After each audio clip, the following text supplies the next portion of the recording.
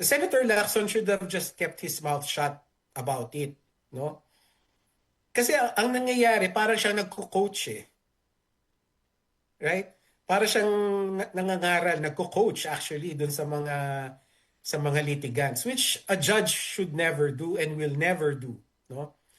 So yung mga nagtatanong pa rin, nagpapahiwatig pa rin ng kanilang hinahanap na ebidensya, that is still wrong. So si Senator Lacson, when he said that, that's wrong, no? Yung mga nagtatanong na unusual ba yan o illegal ba yan, that's wrong. Kasi ang trabaho ng senator judge is to appreciate kung ano yung nilalatag sa kanila. Mm-mm. They should not be giving prompts dun sa mga partido na, oops, mukhang kulang yung sinasabi mo. Oops, mukhang mali na yung inaano mo. Because it's helping the litigants, di ba, na baguhin yung strategy nila o magpresenta ng ibang ebidensya.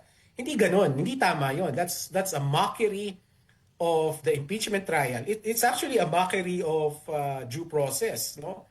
Kasi a judge, kahit sino pang judge, regular judge o senator judge, ang duty niya is to appreciate the evidence presented by the parties and make a decision based on the evidence presented.